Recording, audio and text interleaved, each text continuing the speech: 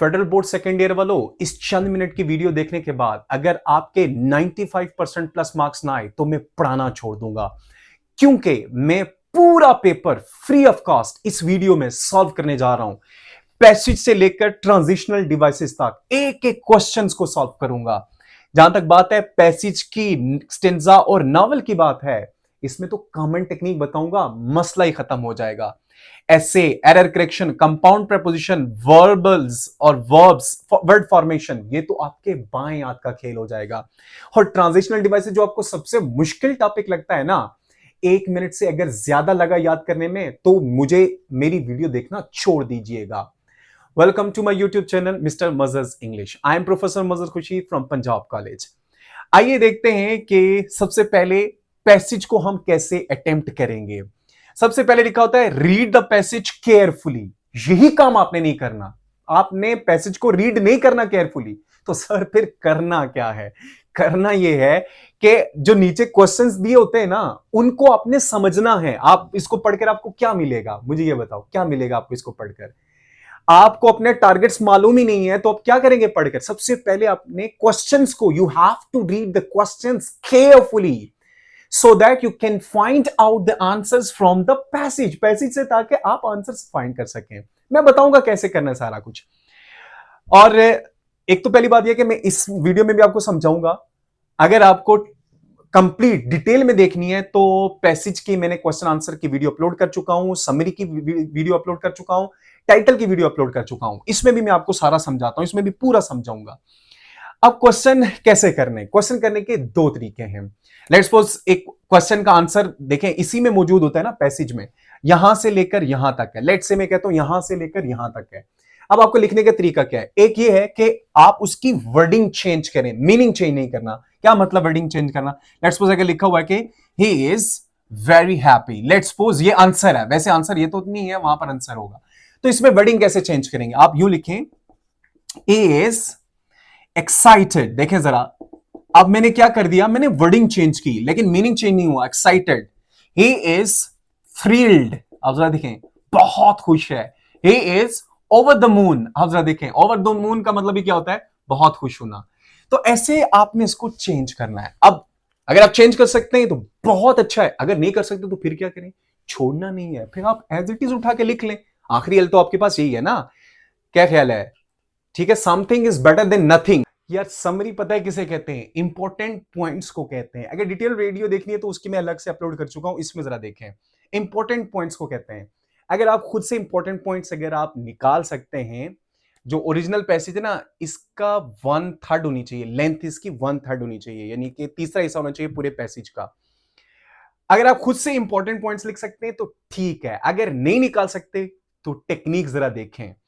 आपने जो क्वेश्चंस वहां पे नीचे क्वेश्चन दिए हैं ना, उसके आंसर्स इंपॉर्टेंट पॉइंट्स ही हैं।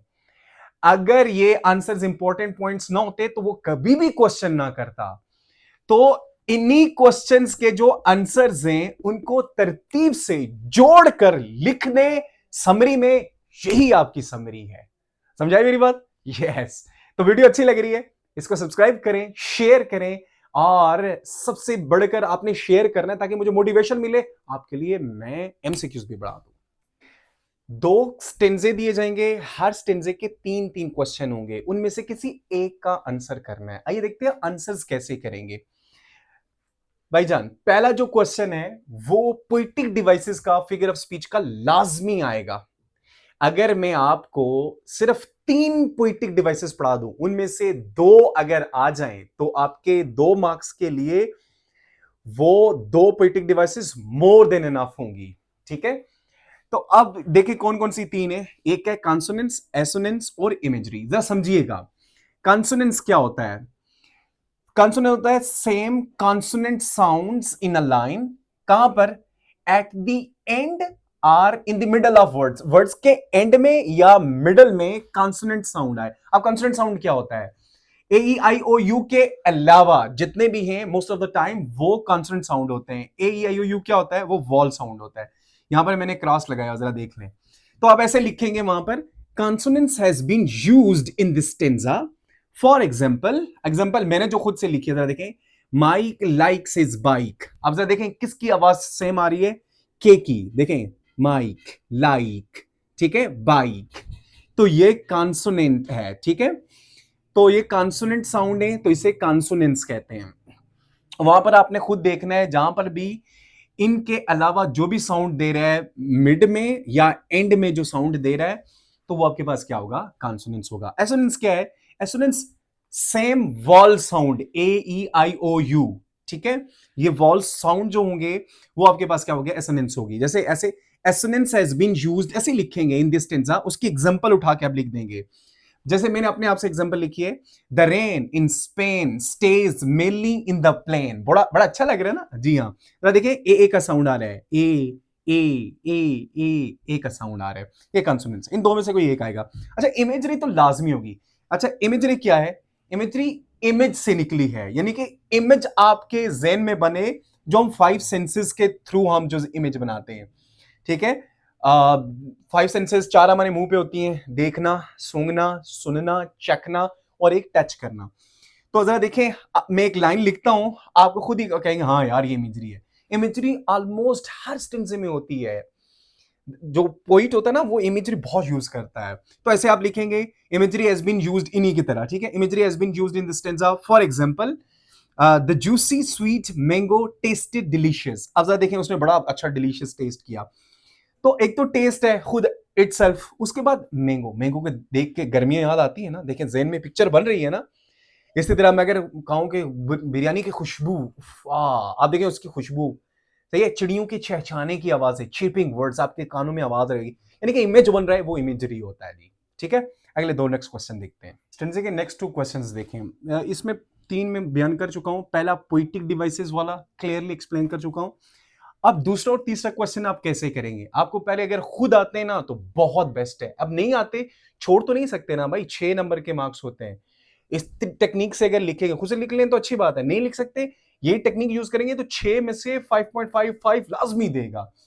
अब क्वेश्चन नंबर 2 जरा देखें, या 3 कैसे आप लिखेंगे। अगर पैराफ्रेजिंग या थीम वाला आता है तो इसको आपने लिखना है as far as paraphrasing, theme या कोई भी और एक्सप्रेशन उठा के देता है वो वहां पे लिख लीजिएगा। इज कंसर्न, जहां तक इसका ताल्लुक है, इट इज ऑल अबाउट, ये किसके बारे में है, डैश डैश डैश, यहां डैश डैश से बना दिया है कि उसी स्टेंजे में से कुछ मोटे मोटे वर्ड्स, अच्छे अच्छे नाउन वाले वर्ड्स आपने लिखना है, ठीक है।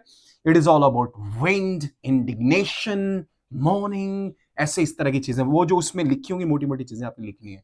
यार ये इतने भारी अल्फाज है ना, as far as paraphrasing and theme is concerned, it is all about, ये देख के ही वो आपको मार्क्स दे देगा। और तीसरा क्वेश्चन देखें, चाहे वो ये पैराफ्रेजिंग दूसरे नंबर पे आए तो ये तीसरा बनेगा, अगर वो तीसरे नंबर पे आती है पैराफ्रेजिंग थीम या कोई और एक्सप्रेशन आता है तो ये दूसरे पे बन जाएगा। तो आपने यहां पे लिखना है in terms of question number 3, अगर ये 3 पे आता है तो 3, 2 पे आता है तो 2, poet describes and explain meticulously that, क्या एक्सप्लेन करता है, वहां से ऊपर ऊपर से लाइंस उठाकर तरतीब से लिख देनी है, 2-1 लाइंस, ठीक है। तो ये इतने जबरदस्त किस्म के एक्सप्रेशन है कि वो खुद ही आपको मार्क्स दे देगा।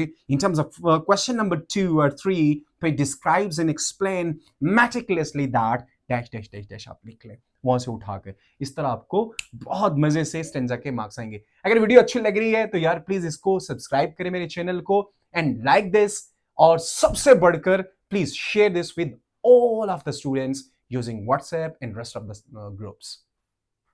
पर्ल नावल के सिर्फ 2 क्वेश्चन बताऊंगा, उनमें से एक लाजमी आएगा।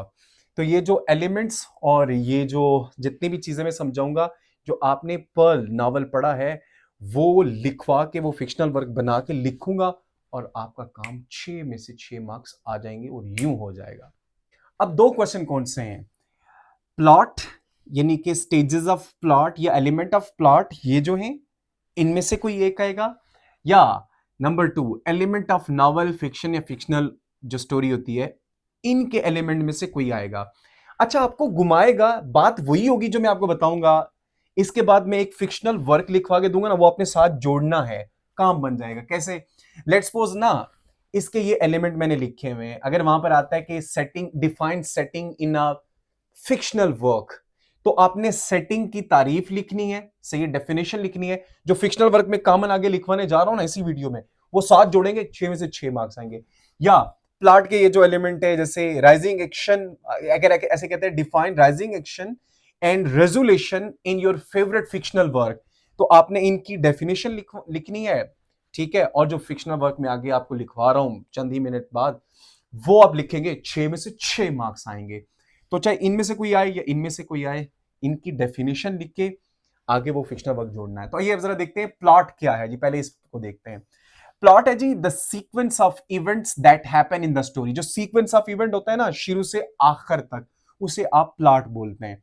इसकी स्टेजेस ऑफ प्लॉट या एलिमेंट ऑफ प्लॉट अलग से भी क्वेश्चन बन के आ सकता है, ठीक है। कौन सी है? नंबर 1, इसके 5 है। नंबर 1 कौन सा? एक्सपोजिशन।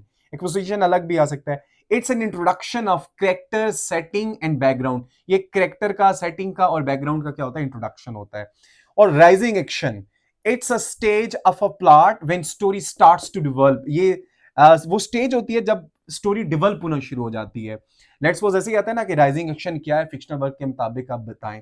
तो राइजिंग एक्शन ये आ गया, फिक्शनल वर्क में दिखाना है। यार सिंपल एक बात बताऊं, इनमें से किसी का भी नाम लेता है और तो आगे आपने इनकी डेफिनेशन लिखकर आगे वो फिक्शनल वर्क लिख देना है, ठीक है। वीडियो अच्छी लग रही है यार, please do subscribe and like this video a lot and share this video with everyone using WhatsApp. अब आगे देखें, क्लाइमेक्स।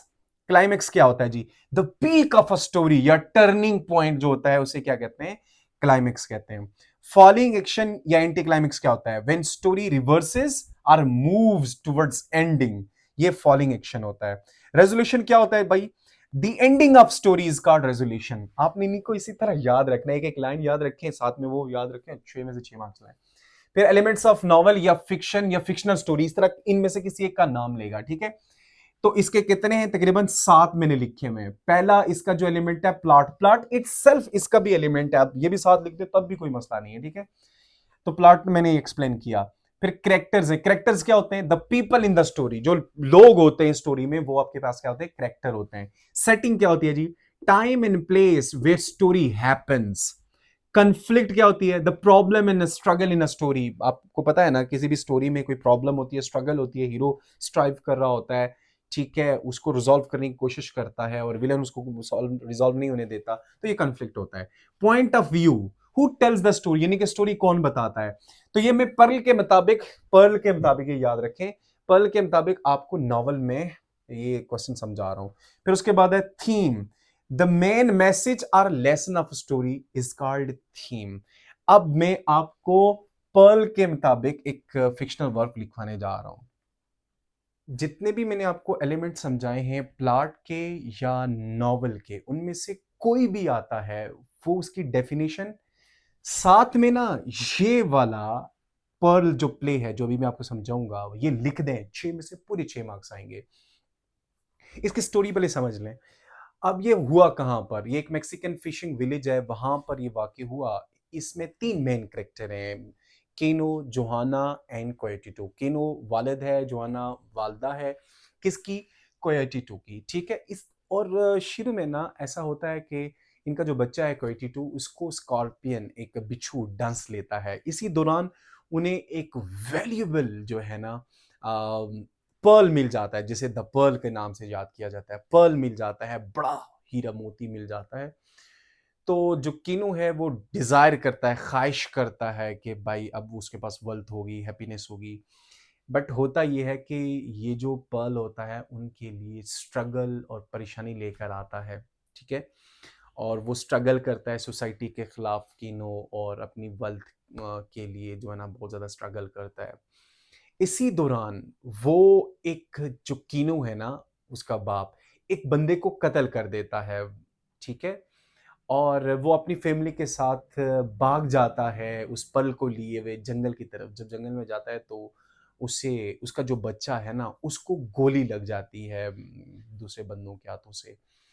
और उनकी जो खुशियाँ होती हैं वो तबाह हो जाती हैं। अब फिर किनो क्या करता है, वो पर्ल वापस लेकर दोबारा समुंदर में फेंक देता है कि इसने मेरी सारी खुशियाँ तबाह कर दी। तो ये वो आपके पास है जो पर्ल, ये आप लिखेंगे तो आपके 100% मार्क्स आएंगे, यानी कि 6 आउट ऑफ 6 आएंगे। तो इसका स्क्रीनशॉट भी आखिर में ले लीजिएगा, मैं आपको अब समझाता हूँ जी, ठीक है।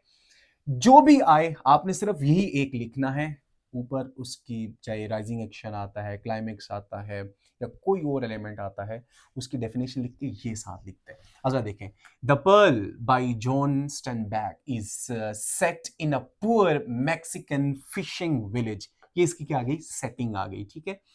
The main character are Kino, Juana and Coyotito. In the exposition start में the family lives a simple life, बड़ी सिंपल लाइफ जो है ना गुजारती है, ठीक है। द इंसाइटिंग इंसिडेंट अकर्स कब होता है जी, when a scorpion stings Coyotito, जब वो कोएटिटू को क्या करता है, डसता है। During the rising action Kino finds a valuable pearl, अब राइजिंग एक्शन स्टार्ट हो रहा है, ठीक है। फाइंड्स अ वैल्यूएबल पर्ल, बड़ा कीमती पर्ल उसको मिलता है, but it brings trouble and greed, लालच भी आ जाती है, मुश्किलात भी उनके होती हैं, आपको पता ही है। द कन्फ्लिक्ट इज, कन्फ्लिक्ट क्या होता है उसमें, Kino's struggle against society and his own desire for wealth, अपनी ख्वाहिश होती है सोसाइटी के खिलाफ जो ना स्ट्रगल करता है। द क्लाइमेक्स कम्स, उसका क्लाइमेक्स कब होता है, व्हेन किनो किल्स अ मैन, जब एक बंदे को क्या करता है, कत्ल कर देता है, and escapes along with his family, अपनी फैमिली के साथ भाग जाता है। In the falling action कब होता है, Koetito is killed when Koetito is killed, जब Koetito को kill किया जाता है, and in the resolution आखिर में Kino throws the pearl into the sea, वो वापस sea में फेंक देता है, and the theme is that greed destroyed happiness, happiness को destroy कर देता है। ये लिख लें, 6 में से 6 मार्क्स लें। वीडियो अगर अच्छी लग रही है यार, do subscribe and like it a lot. And above all, share this video with everyone using WhatsApp and etc. आप इसका स्क्रीनशॉट लें और अपने दोस्तों के साथ शेयर करते जाएं।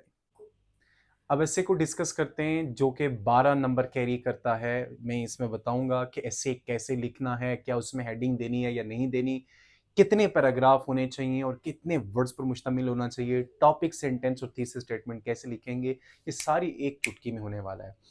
आज सबसे पहली तो बात यह है कि ऐसे लिखने के लिए ना ये बात याद रखनी है, नो हेडिंग्स, कोई हेडिंग नहीं चलेगी। सबसे बड़ी मिस्टेक हम जो करते हैं वो हेडिंग की करते हैं, हम हेडिंग दे देते हैं, ठीक है, और वहां से हमारे मार्क्स लूज हो जाते हैं और हम खो बैठते हैं, क्योंकि ऐसे में हेडिंग नहीं होती।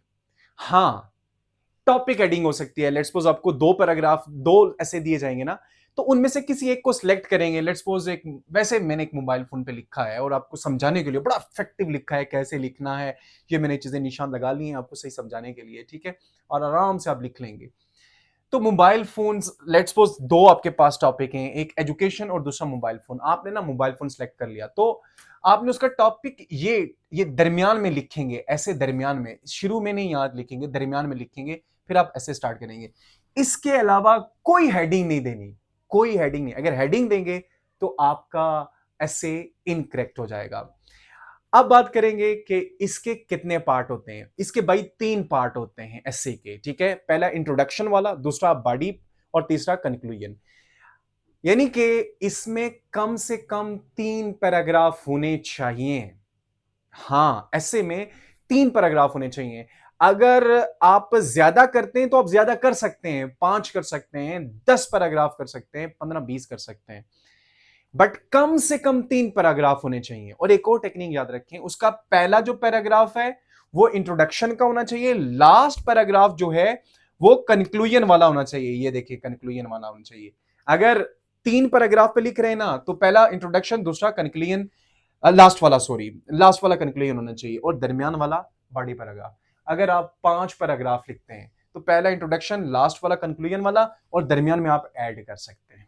ठीक हो गया। तो ये इसकी क्या आगे पैराग्राफ। अब हम देखेंगे लिखेंगे कैसे। याद रखें, ऐसे लिखने के लिए आपको टॉपिक सेंटेंसेस देने पड़ते हैं, ठीक है, और एक थीसिस स्टेटमेंट देनी पड़ती है। टॉपिक सेंटेंसेस क्या होते हैं या थीसिस स्टेटमेंट क्या होती है? थीसिस स्टेटमेंट वो होती है जिसके गिर्द पूरा ऐसे घूमता है। और टॉपिक सेंटेंसेस क्या होते हैं? टॉपिक सेंटेंस वो होता है जो आप पैराग्राफ लिखते हैं ना, उसमें एक पैराग्राफ में एक अपने टॉपिक सेंटेंस देना होता है जिसके गिर्द पूरा पैराग्राफ घूम रहा होता है।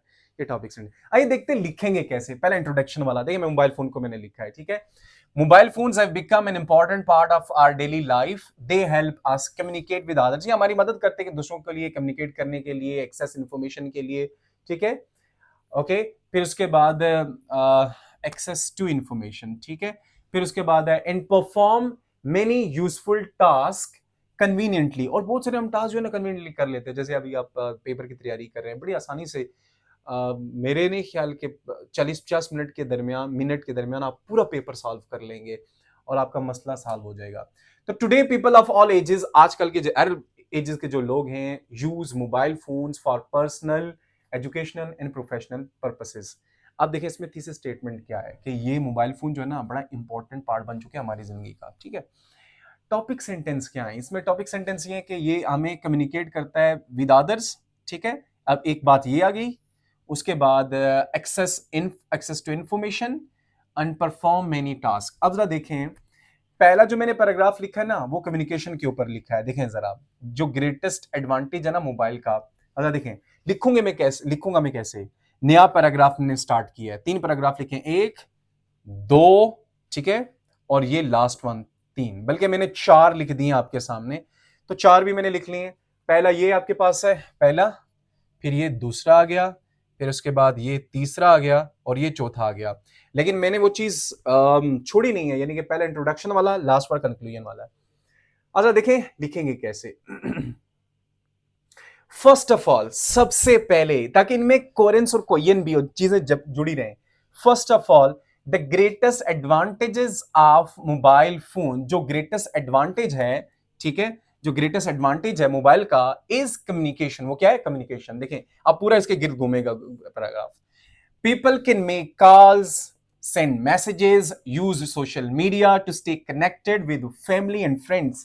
देखे ना, ये कम्युनिकेशन है। Mobile phones have made communication faster and easier than ever before. पहले से कहीं ज्यादा इसने फास्ट और आसान बना दिया है। अब देखें सेकेंडली, देखें बातों को मैं कैसे जोड़ रहा हूं। सेंटेंस जब आप ऐसे लिखते हैं ना, उसके दरमियान कोरेंस और कोयन भी होनी चाहिए, रब्त होना चाहिए। अब देखें सेकेंडली, क्या जी? Secondly, mobile phone provides everyone of us access to information. देखें ये दूसरा मेरे टॉपिक सेंटेंस ऊपर लिखा था, ठीक है, अब इसके गिर घूमेगा। Provides everyone of us access to information and services.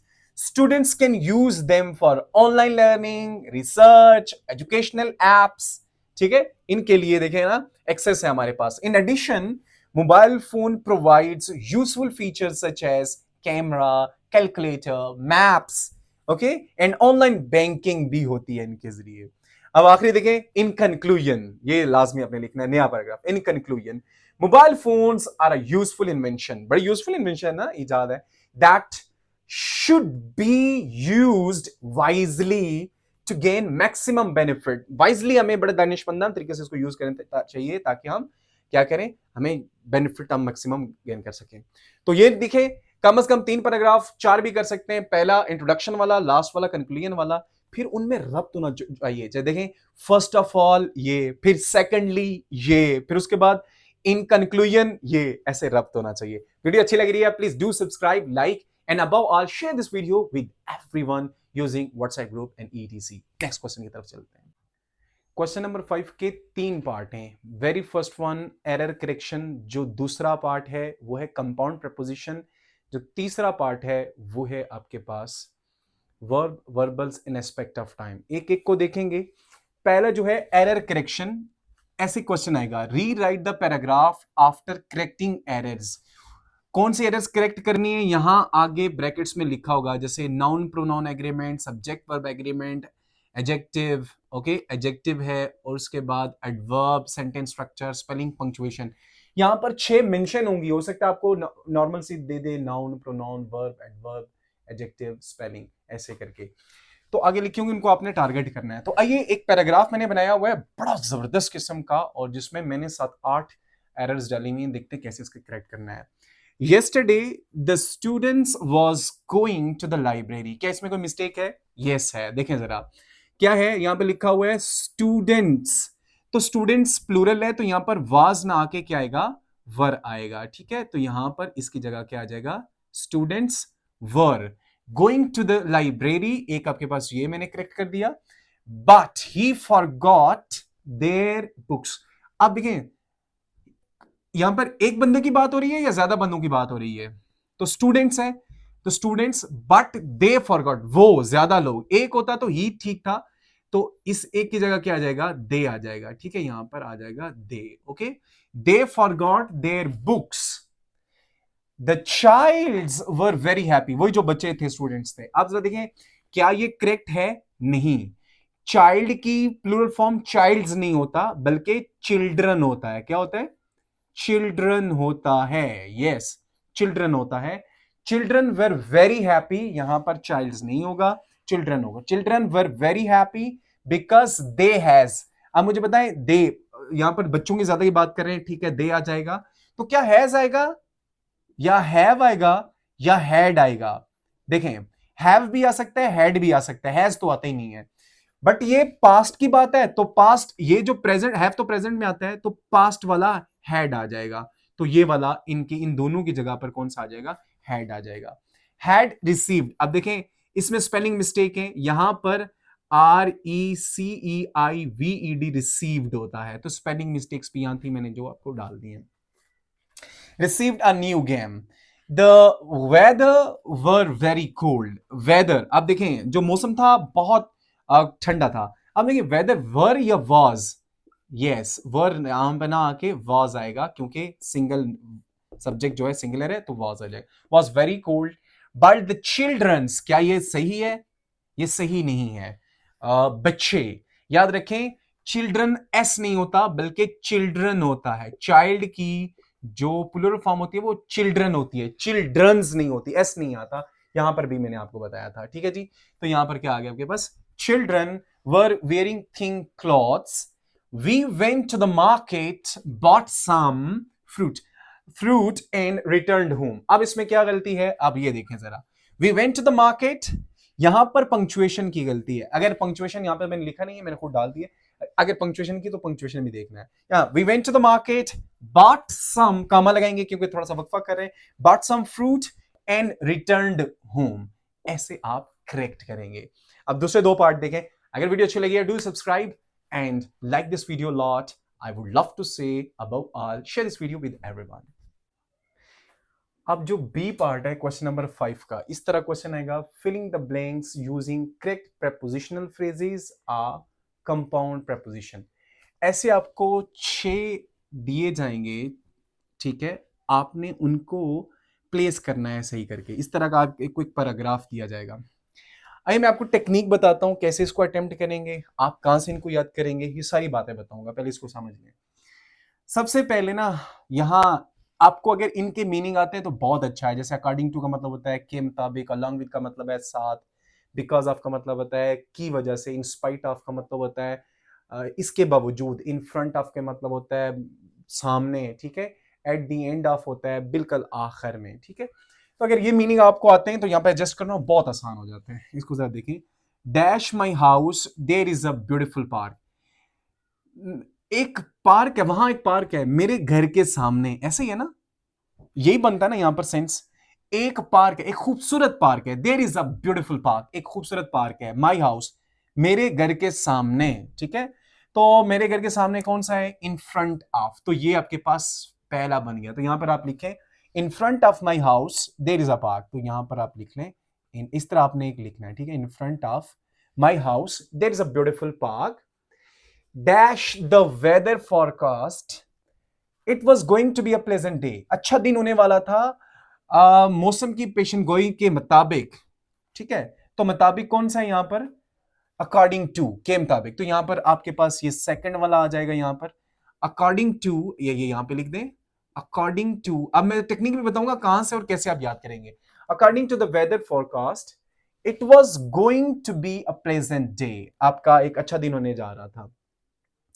Dash the heat, many children were playing in the park, बहुत सारे बच्चे खेल रहे थे, गर्मी होने के बावजूद बहुत सारे बच्चे पार्क में खेल रहे थे।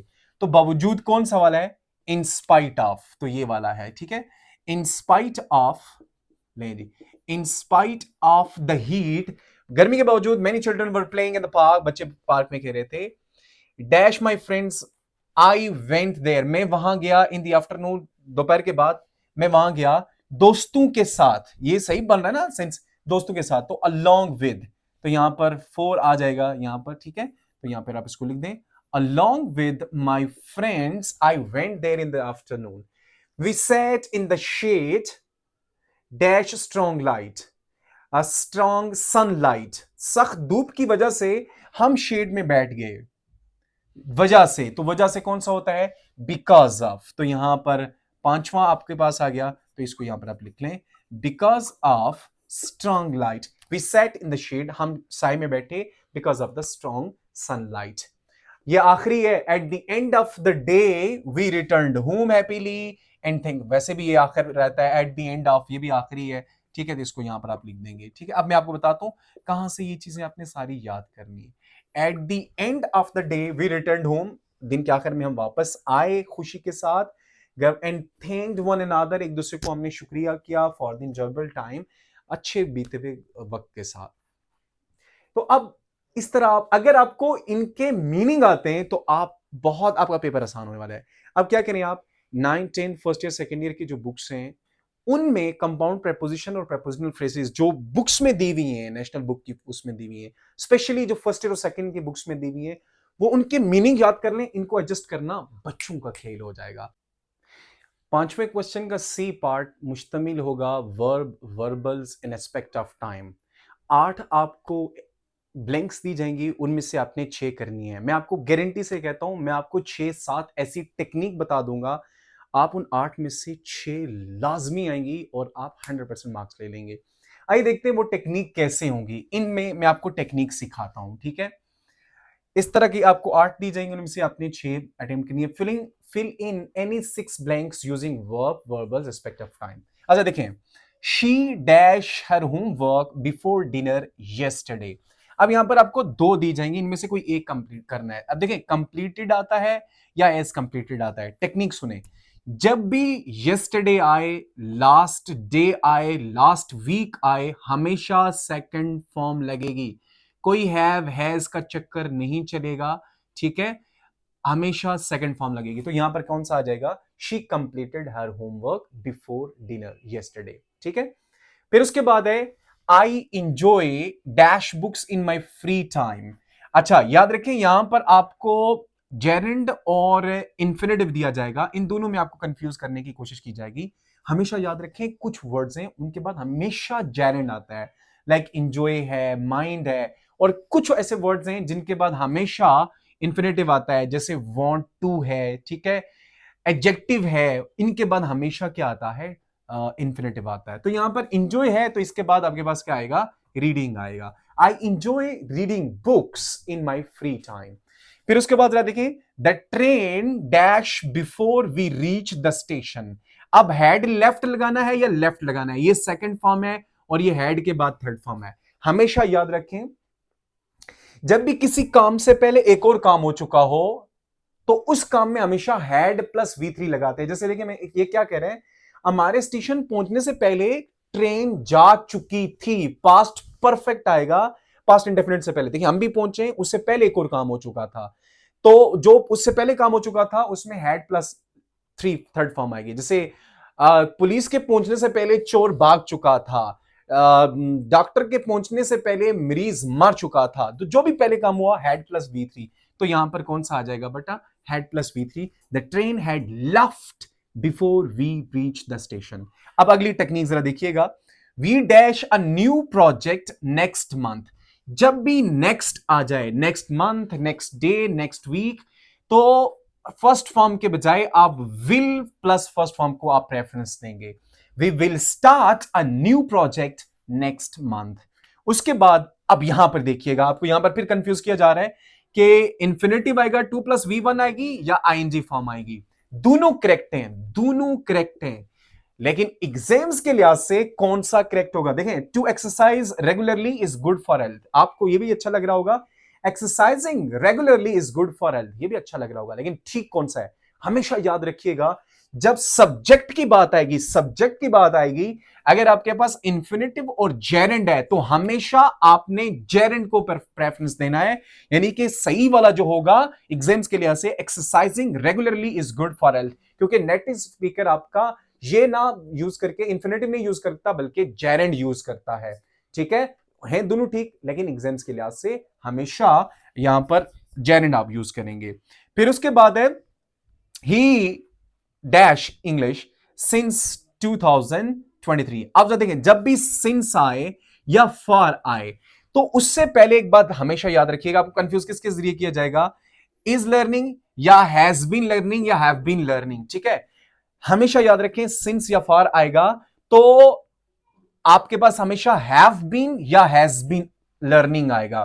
तो ही के साथ आपको पता है थर्ड पर्सन सिंगुलर के साथ एस वाली फॉर्म आती है, हैज वाली फॉर्म आती है, he has been, she has been, it has been. I we you के साथ हैव बीन आता है। तो यहां पर क्या हो जाएगा, he has been learning English since 2023। उसके बाद है द स्टूडेंट्स। अब ये टेक्निक्स आपने याद रखनी है, जैसे मैंने यस्टरडे लास्ट बताया, फिर उसके बाद मैंने आपको इसकी मैंने टेक्निक बताई, इंजॉय की टेक्निक बताई, फिर उसके बाद मैंने एक और काम से पहले अगर हो गया तो हेड प्लस थर्ड फॉर्म, ये टेक्निक याद रखिएगा। नेक्स्ट जब भी आए तो विल प्लस फर्स्ट फॉर्म आएगा। ठीक है, जब भी सब्जेक्ट की बात आएगी तो हमेशा आपने जेरेंड को प्रेफरेंस देना है। ठीक है, और जब भी फॉर और सिंस आए तो हैव बीन, हैज बीन, जब जहां लिखा होगा आईएनजी के साथ वो आपने लिखना है। उसके बाद याद रखिए द स्टूडेंट्स वर सीन, यहां पर आपको कंफ्यूज किया जाएगा बेयर इन्फिनेटिव और जेरेंड के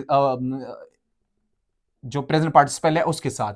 तो हमेशा याद रखिएगा द स्टूडेंट्स वर सीन जब भी होगा, सीन जब भी आएगा तो आपके पास क्या आएगा, प्रेजेंट पार्टिसिपल आएगा। The students were seen running in the playground, बच्चों को दौड़ता हुआ, रन नहीं बल्कि रनिंग, दौड़ता हुआ देखा गया। कहां पर देखा गया, प्लेग्राउंड में देखा गया। ये टेक्निक अगर आप यूज करेंगे तो आपके 6 में से 6 मार्क्स आएंगे। वीडियो अगर अच्छी लग रही है please do subscribe and like this video a lot, above all share this video with everyone, ताकि उन सब का भी फायदा हो, मुझे भी मोटिवेशन मिले और एक ही गांव में मैं आपको ऑब्जेक्टिव भी पढ़ा दूं। 95% प्लस मार्क्स देखता हूं मैं आप कैसे नहीं लेते।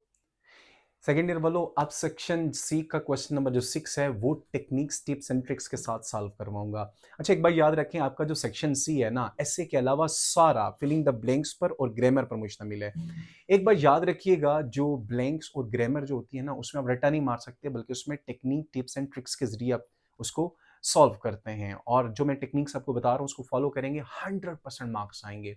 देखिए, मैं आपके लिए बहुत मेहनत कर रहा हूँ, इसी तरह आपका भी मुझे सपोर्ट चाहिए। आपने करना सिर्फ ये है कि मेरी वीडियो को सबके साथ ग्रुप्स में शेयर करना है। और सबसे बढ़कर एक खास बात है, एग्जाम्स के बाद जिस तरह मैं आपको बड़े मजे तरीके से समझा रहा हूँ, इसी तरह आसान वे में मैं आपको इंग्लिश लैंग्वेज पढ़ाऊंगा। उस वक्त मुझे आपकी सपोर्ट चाहिए होगी, आप मुझे सपोर्ट करेंगे, मैं आपको वादा करता हूं आपको मैं ऐसा next level free English language सिखाऊंगा कि आप सारी जिंदगी याद रखेंगे, बल्कि अपने बच्चों को भी कहेंगे कि यार वही चैनल विजिट करो और अपने आप को इंप्रूव करो। और इसके अलावा अगर कोई भी परेशानी है किसी भी किस्म की, ठीक है, कोई आपको टेक्निक समझ नहीं आ रही, कोई किसी और में मसला है, तो मैं डिस्क्रिप्शन में चैनल का लिंक अपने व्हाट्सएप का दे रहा हूँ। व्हाट्सएप का जो व्हाट्सएप चैनल जो लिंक है वो दे रहा हूँ, उसमें आप उसको ज्वाइन करें, मुझसे आप बात कर सकते हैं। सारी इंपॉर्टेंट चीज़ें वहाँ पर मैं आपके साथ भी शेयर करूँ। अब क्वेश्चन नंबर 6 को सॉल्व करने का जरा आसान मेथड देखें। देखें, ऐसे होगा, fill in any 5 blanks with correct grammatical form of words. Words कौन से होंगे, आगे ब्रैकेट में लिखे होंगे, नाउन के मुताबिक करें, वर्ब के, एडवर्ब के, एडजेक्टिव के मुताबिक।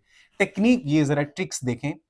एक जो वर्ड है ना, वो 4 टाइप का बन सकता है, यानी कि नाउन भी बन सकता है, वर्ब भी बन सकता है, एडजेक्टिव भी, एडवर्ब भी। देखें, डेंजर नाउन होता है, इसका जो वर्ब होता है इन डेंजर होता है, और इसका जो एडजेक्टिव होता है ना, डेंजरस होता है। इसका एडवर्ब जो होता है ना, एल वाई ली लगाने से डेंजरसली होगा। तो याद रखें, यहां पर ना आपको वर्ड दिए जाएंगे, तो आपने करना क्या है, इनको इसी तरह देखना है। जैसे कोई भी एक वर्ड है, लेट्स सपोज ये केयर है ना, तो केयर का अगर मैं देखता हूं तो आपने इसको इसी तरह डालना है, केयर, ठीक है, केयर्ड, सही है, केयरफुल, केयरफुली। तो आप देखेंगे कौन सा एडजस्ट होगा। तो आइए इसको देखते हैं जरा। Education plays an important role in the, एक टेक्निक याद रखें, जब भी कोई प्रपोजिशन आए या आर्टिकल आए उसके बाद हमेशा नाउन होता है, नाउन। जरा देखें, education plays an important role in the development. अब देखें, आप इसको जरा लें, डेवलप, डेवलपमेंट, डेवलपमेंटली नहीं, इन द डेवलपमेंट ऑफ नेशन। आपको खुद ही समझ आ जाएगी, हाँ यार यहां पर क्या आ रहा है, डेवलपमेंट आ रहा है। तो आप जरा देखें, ये तो ये इस आर्टिकल के बाद आपको हमेशा नाउन मिलेगा। अ गुड टीचर कैन, हमेशा याद रखें जो मॉडल वर्ब होता है can, could, shall, should, will, would, इनके बाद हमेशा फर्स्ट फॉर्म आती है। टीचर कैन मोटिवेट, मोटिवेट ही सही लग रहा है, can motivate students to work hard, students who are, अब इसको भी जरा देखें, केयर, केयर्ड, केयरफुल, तो हाँ केयरफुल ही सही लग रहा है, careful in their studies usually achieve success. They should complete their work regularly. तो ये कौन सा सही लग रहा है आपको? Yes. अब देखें, आपको ये ना भी पता हो कि भाई इस ये एडवर्ब है कौन सा है, इसको आप अगर देखें रेगुलर, रेगुलरली ऐसे आप डालेंगे ना तो आपको खुद ही समझ आ जाएगा, हाँ यार ये सही है। Hard work and honesty lead to great, अब देखें ये एडजेक्टिव है, इसके बाद नाउन आएगा। ग्रेट अचीव तो नहीं हो सकता, ग्रेट अचीव इन लाइफ नहीं हो सकता, ग्रेट अचीवली नहीं हो सकता, ग्रेट अचीवमेंट, हाँ जी, तो कौन सा सही आ रहा है जी? Great achievement in life. Therefore everyone should, improvement नहीं, एवरीवन शुड इंप्रूव, हाँ ये सही लग रहा है sir, everyone should improve their skills through continuous learning। ऐसे नेक्स्ट में भी 1 मिनट में मैं आपको ट्रांजिशनल डिवाइस समझा दूंगा, जुड़े रहिए, कहीं जाने की जरूरत नहीं है, आसान से क्लियर होगा। और इसको सब्सक्राइब और सबके साथ शेयर लाजमी करें। सेकेंड ईयर वालों, मैंने आपको कहा था 1 मिनट से ज्यादा टाइम नहीं लगेगा ट्रांजिशनल डिवाइसेस को समझने और याद करने में, उस बात पर अभी भी कायम हूं। और जरा देखें, ये मैंने 7 ट्रांजिशनल डिवाइसेस लिखी हैं, इनमें से 5 लाजमी आएंगी। अगर लेट्स सपोज एडिशन वाली ट्रांजिशनल डिवाइस आती है तो आपने सिर्फ एक वर्ड मोर एवर यूज करना है। अगर कंट्रास्ट वाली, अगर एडिशन कंट्रास्ट वाली ट्रांजिशनल डिवाइस आती है, हाउएवर यूज करना है। कंपैरिजन एक वाली अगर आती है तो सिमिलरली एक ही वर्ड यूज करना है। एग्जांपल वाली अगर आती है तो फॉर इंस्टेंस वाला यूज करना है। सीक्वेंस वाली अगर आती है तो फर्स्टली, सेकेंडली, यानी कि सिर्फ फर्स्ट या फर्स्टली यूज करना है। काज इन इफेक्ट वाली अगर आती है तो देयर फॉर यूज करना है। कंक्लूजन वाली अगर ट्रांजिशनल डिवाइस आती है तो इन कंक्लूजन याद करना है। जिस तरह ट्रांजिशनल डिवाइसेस 1 मिनट में क्लियर होने जा रही है ना, इसी तरह आपका इंग्लिश लैंग्वेज का जो कोर्स है वो भी एक ही गो में और बहुत आसान वे में होने जा रहा है।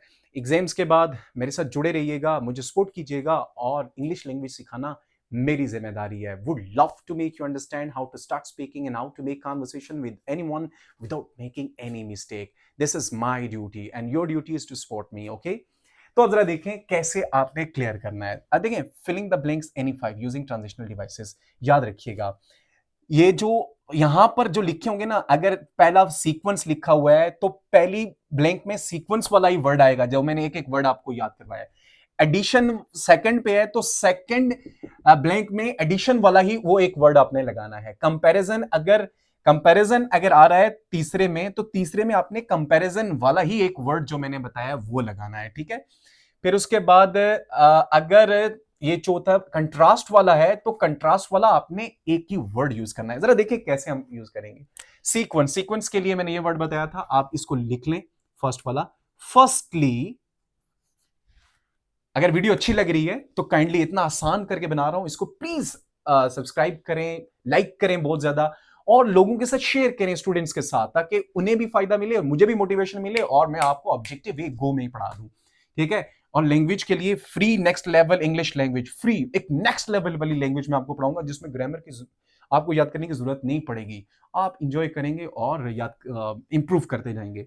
जरा देखें, फर्स्टली एली स्टडीड हार्ड। अब सेकंड है, सेकंड में एडिशन वाली, तो एडिशन वाली मैंने कौन सा बताया था? मोर ओवर, ये आप यहां पे लिख लें, ठीक है? More over he attended extra classes. अब तीसरे में कंपैरिजन है, कंपैरिजन के लिए मैंने क्या बताया था? सिमिलरली, एक ही वर्ड यार यार लगाते जाओ, ठीक है? जो मैंने आपको याद करा, ये कॉमन है और फिक्स होगा, सही जबरदस्त। 6 में से 6 मार्क्स आएंगे, बल्कि 5 वाला ये है, 5 में से 5 मार्क्स आएंगे, ठीक है? His friend worked diligently, okay, Ellie was more consistent. अब जरा देखें, जो चौथा है आपके पास कंट्रास्ट वाला कौन सा वाला है? How ever, okay? However, Ellie was more consistent. And the fifth one is example. For instance, example वाला मैंने क्या बताया था? For instance लगाना है, तो for instance, मिसाल के तौर पर, he revised his lesson therefore, अब देयरफॉर इसलिए, तो देयरफॉर आपके पास कौन सा है, छठा काज एंड इफेक्ट है, आपने तो वैसे भी 5 करनी है, ठीक है। देयरफॉर ही अचीव्ड एक्सीलेंट ग्रेड्स। इसका स्क्रीनशॉट आप ले सकते हैं, ठीक है। जो मैंने आपको टेक्निक्स बताई हैं पूरे पेपर में, आप वो अगर लगाएंगे 95% प्लस 96, 98, 99 तक मार्क्स आपके जरूर आएंगे। मेरे साथ जुड़े रहिएगा, इसको सबके साथ, अपने तमाम दोस्तों के साथ, फेसबुक पे, ग्रुप्स में, व्हाट्सएप ग्रुप्स के जरिए सबके साथ शेयर करें, ताकि उनका भी काम मिले, मुझे मोटिवेशन मिले, ऑब्जेक्टिव, और मैं आपको English language free, next level English language 22 तारीख के बाद, आपके फुल पेपर के बाद स्टार्ट करने जा रहा हूं, और सीखते रहिए जी। Thank you so much for watching my video. See you again in the next video. Till then take care, bye for now, do subscribe, and above all share this video with